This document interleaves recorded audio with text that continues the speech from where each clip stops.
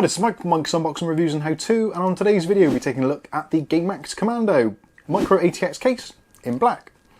This is a pretty decent case at a pretty decent price. Want to know more?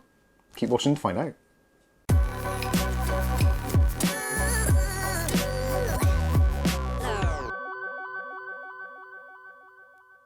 Okay, so welcome back to Mike's Unboxing Reviews and Dog Chews. This is the Gamemax Commando Micro ATX in black. This is actually a really great value case at the moment here in the United Kingdom. You can pick this up for somewhere in the region of about £35 from lots of different suppliers, including CCL, etc. I'll put some links in the video description. Obviously, you can pick it up from a place like Amazon as well. But currently, CCL seem to be doing some fantastic deals, and if you see this case at a similar price, feel free to let us know in that comment section below. It is much appreciated, especially for our UK viewers. For those of you outside of the UK, you may need to find a Gamemax supplier in your local region. Availability is limited, although they do have quite a wide dispersion in the Asia region and also sometimes in the States as well, but you will have to look a little bit harder. So we're going to go through today, do an unboxing of the case, go over all the pros, the cons, the features, strip it all down, see what it's all about, and then you can work out whether or not it's going to be suitable for your next Micro ATX PC build. So let's start off first of all with the elephant in the room. It's a solid front panel. Now for a lot of people that is going to be an absolute no-no. But rest assured, we have seen this case before. We've actually done some test-ins in the white version of this, which you can check out from the video description below. You can see some entries in there. I think we also did a live build in one of our streams in the white version as well. Airflow is not a problem. Do not be concerned. Although it doesn't have a full mesh front panel, there is lots of ventilation down these side slits, which I will be taking a look at later. So if you do want to put in a ton of fans and get some airflow in there, it's going to be absolutely fine. And in our testing, even just taking the front panel off, the difference between temperatures in our test bench system was somewhere between 1 to 2 degrees. So it makes virtually no difference at all. And actually is slightly less restrictive than some of the other well-filtered cases, primarily down to the fact that this actually doesn't have any filters. So it is going to be pure raw airflow, but if keeping temps down is important to you, it might be worth a look. So as you can probably tell already, if you haven't from the description, this is a Micro ATX case. Size-wise, we're looking at 425mm high by 395mm long and 210mm wide. So actually relatively compact. Although it is compact, you can still fit in some pretty decent sized parts. Anything up to a 170mm CPU cooler and also up to a 200mm power supply. Although I would say for the power supply unit, you're probably better off due to the space inside, keeping it down to around about 165, 170mm max, just to give you a little bit of room for your cabling. Looking at the side panel, this is a tempered glass side panel and it does have a very light smoke tint to it. It is actually held on in a very ingenious way. You do have two removable thumb screws which are on the back, but the actual glass itself slides into a channel on the front here. Very much similar to certain in-wind cases, if you've ever had an in-wind case. A lot of the design, I've said this before in previous videos, for actually a lot of Gamemax cases recently, that they do seem to be having that kind of in-wind-esque feel to them. So if you want that kind of feel, but you don't want to spend as much money, then the Gamemax Commando might be the right one for you. Taking the side panel off, very easy to do. There is a grab handle on the side, and if you slide the glass out of the little channel here, which you can see, it just slides in and out, and then that releases the panel. You can lift it off. There is, like I said, a very slight smoke tint to it, which you may or may not like.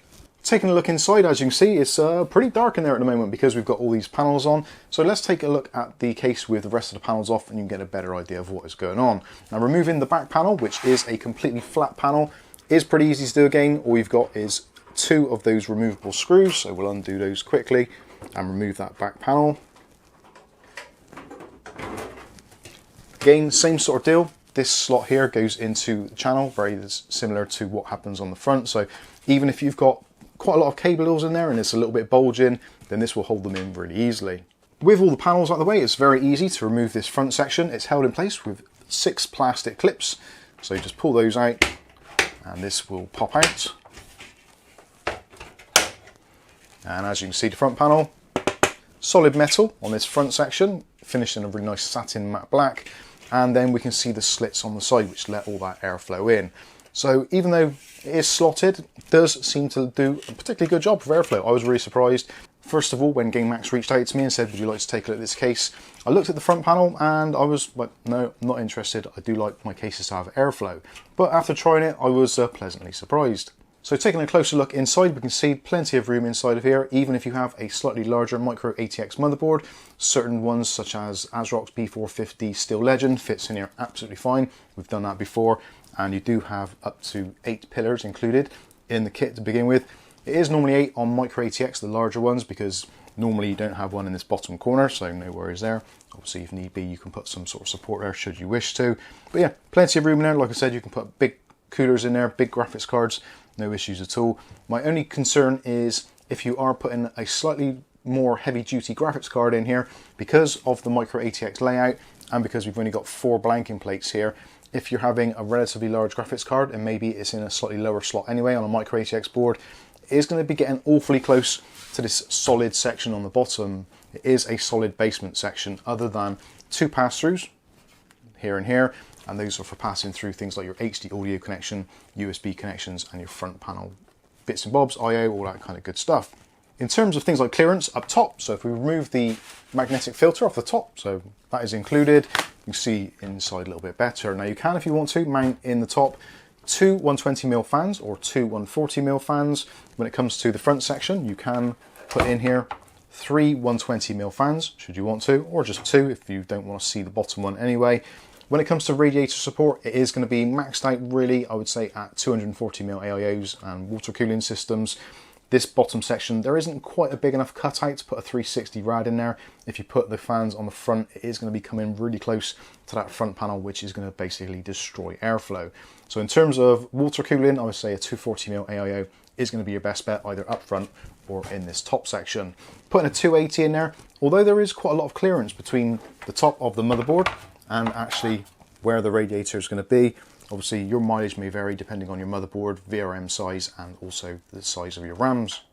You've probably noticed as well, it does come included with a single addressable RGB fan. So this is Gamemax's Velocity fan.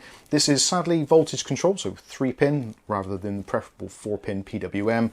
But it does have a Molex or 3-pin on there, so if you want to just power it off a power supply, you can do without having a motherboard to control it. Although you will find the fan connected to the Molex at full speed is pretty noisy. Let's take a listen to that now.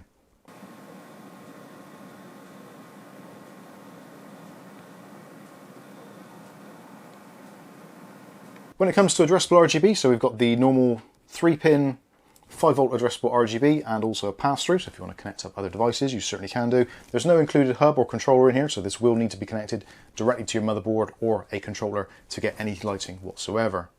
Moving around to the back of the case, so we can see there is our 120mm fan there. A little bit of vertical adjustment, a couple of centimeters up and down, no worries there. It does use the preferable hexagonal mesh, which is very common actually on a lot of Gamemax cases now, and that is also replicated on the top as well.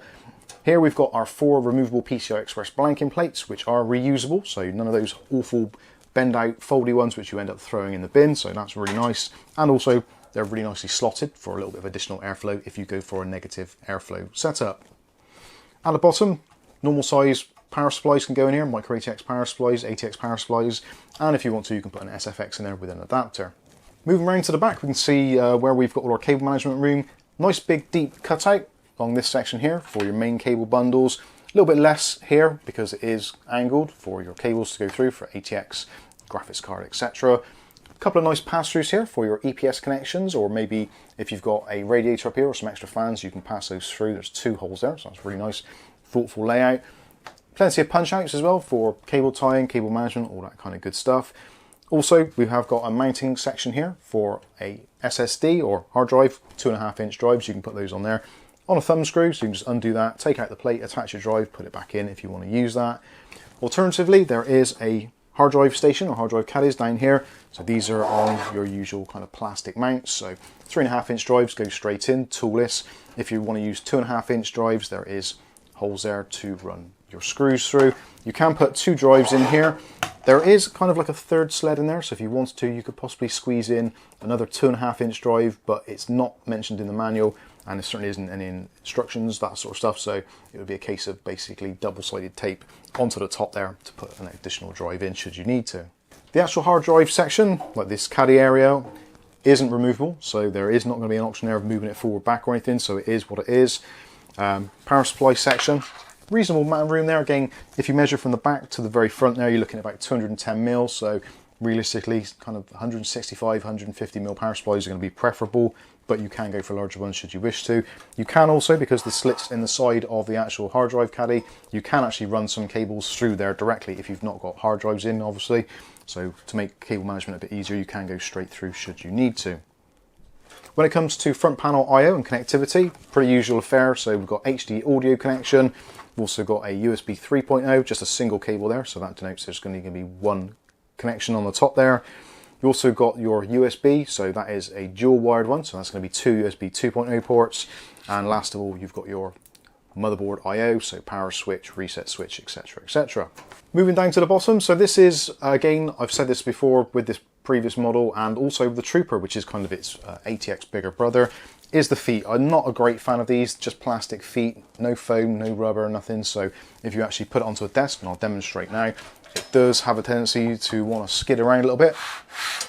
There's nothing, no resistance, and it's that awful scratching noise. So personally, I would recommend putting it onto something, maybe purchase some additional rubber or foam just to put on the bottom of there.